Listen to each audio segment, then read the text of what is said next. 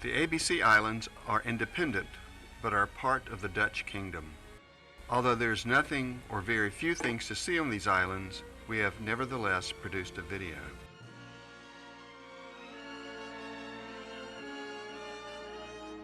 The three islands are part of the Leeward Antilles and are off the coast of Venezuela.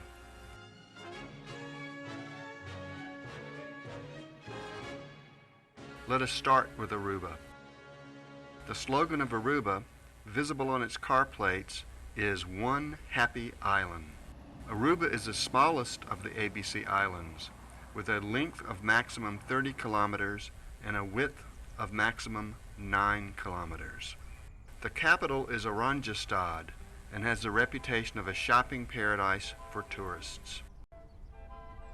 Due to its colorful architecture, the largest mall is visible from far. Based on its dome and cupolas, visitors could think to be somewhere in Arabia, even though it contains traces of Dutch architecture.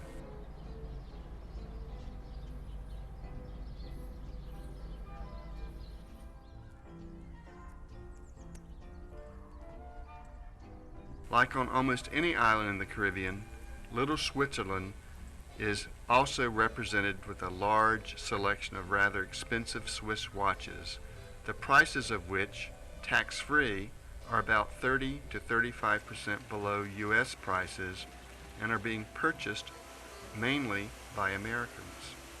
The Renaissance Hotel, surrounded by luxurious shops, is situated in the middle of town and consequently has no beach.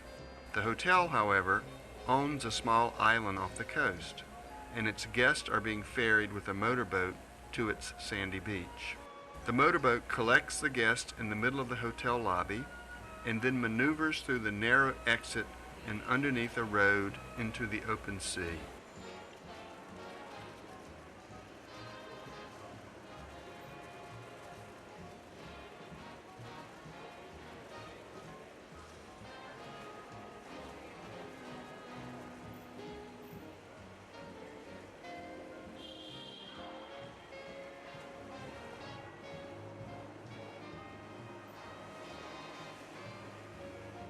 Aruba has a very modest parliament.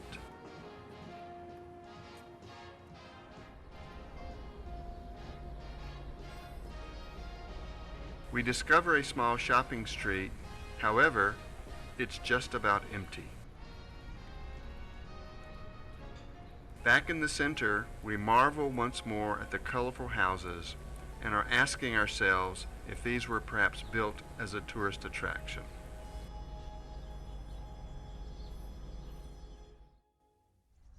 Outside of the city, we observe these high cactuses, which sometimes are also used as a fence.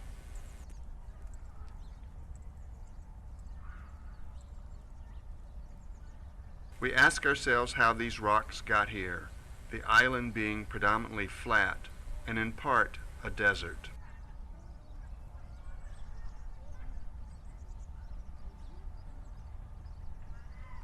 With a visit to this isolated chapel, we conclude our tour of Aruba.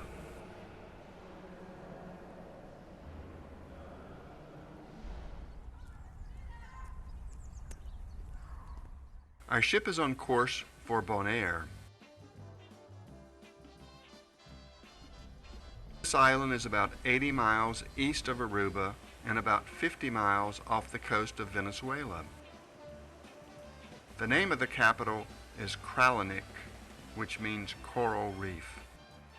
Bonaire is in size the middle of the three islands, but has the smallest population, namely only about 15,000 inhabitants.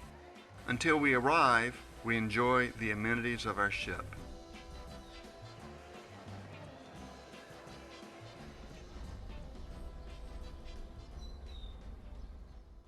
Our ship is docked and we can start our visit.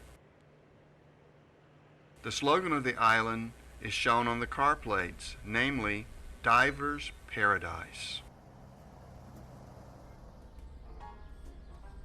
Bonaire is in fact well known the world over as a mecca for divers.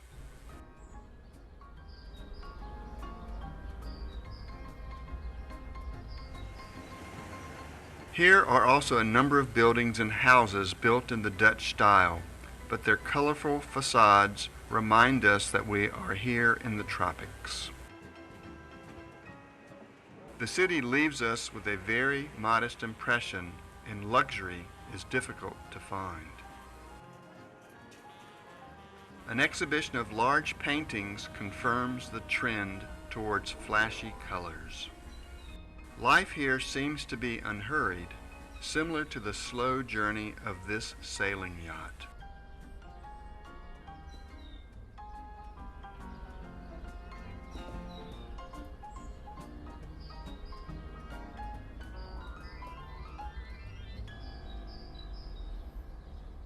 We decide to take a small tour and are discovering here, just like in Aruba, high cactuses and similar rocks.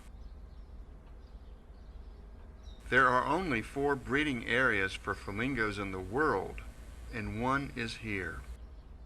We, however, can only observe one single flamingo. In the distance, a lighthouse, and next to it are small stone huts. These huts were dwellings for the slaves who were kept here at the time for the extraction of sea salt. Across this bay, we see small, very white hills which turn out to consist of sea salt. Bonaire has been, for a long time, a leader in the production of salt from the sea. Here in the south, the natural salt lakes were converted to salines, and in the meantime, 1/4 of the island's surface is being used for salt production.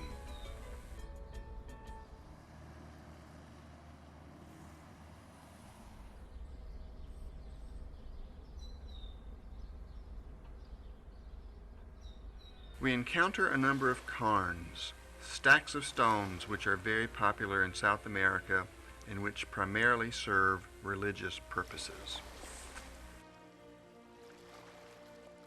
On the east side of the island, facing the constant trade wind, the coast is blunt and rocky, and with this we are terminating our visit of Bonaire.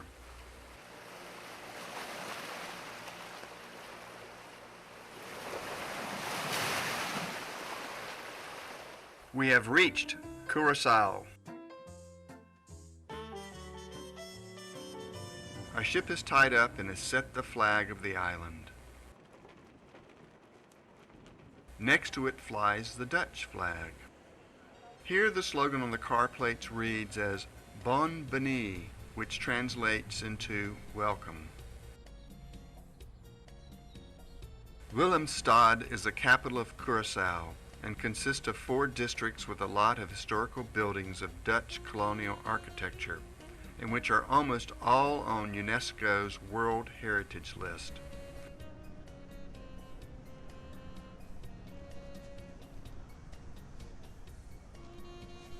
There are thousands of tourists visiting each day the narrow alleys of the old town of the island.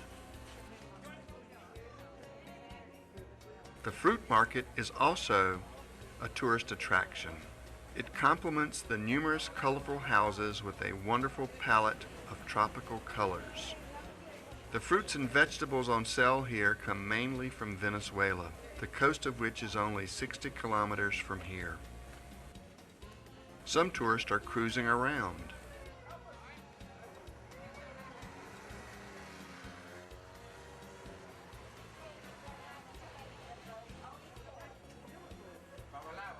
The fish market is not as colorful. There are only a few tourists present, presumably because there is very little to see. We expected to see some very big fish, but we are disappointed. The selection and quantities are also very modest. We are being told that the majority of the fishermen are from Venezuela. The entry to the port cuts Willemstad into 2 parts. There is a ferry service for pedestrians which connects the 2 shores every few minutes. The trip is free of charge and only takes a few minutes.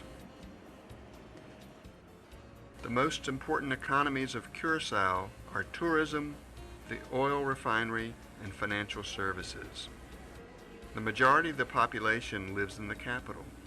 Most of the inhabitants are offsprings of former African slaves. The official language is Dutch, but Papiamento, a Creole language, is the dominant spoken language.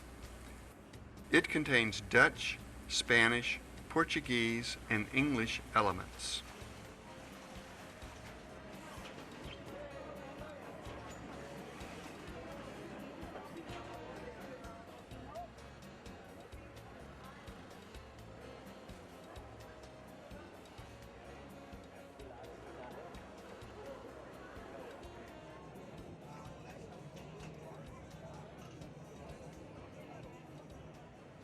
Pedestrians and cyclists can also use the Queen Emma Bridge, which connects the two districts cut apart by the entry to the port. It is a floating bridge which is being opened several times each day to let ships in and out of the harbor. The empty bridge, by means of strong engines, is then simply moved out of the way.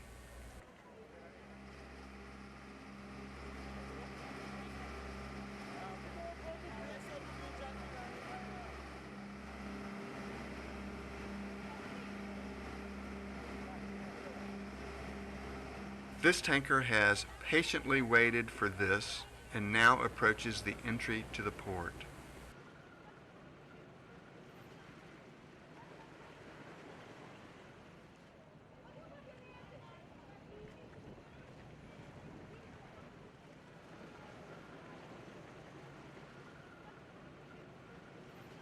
Bigger ships, like this hunk, are being towed out to sea by tugboats. Worth mentioning is perhaps also the Queen Juliana Bridge, which spans over the port entry and enables the motorized traffic to move between the two parts of the city. The bridge has a height of 55 meters and is one of the highest bridges in the world. Unfortunately, our short visit finishes too soon.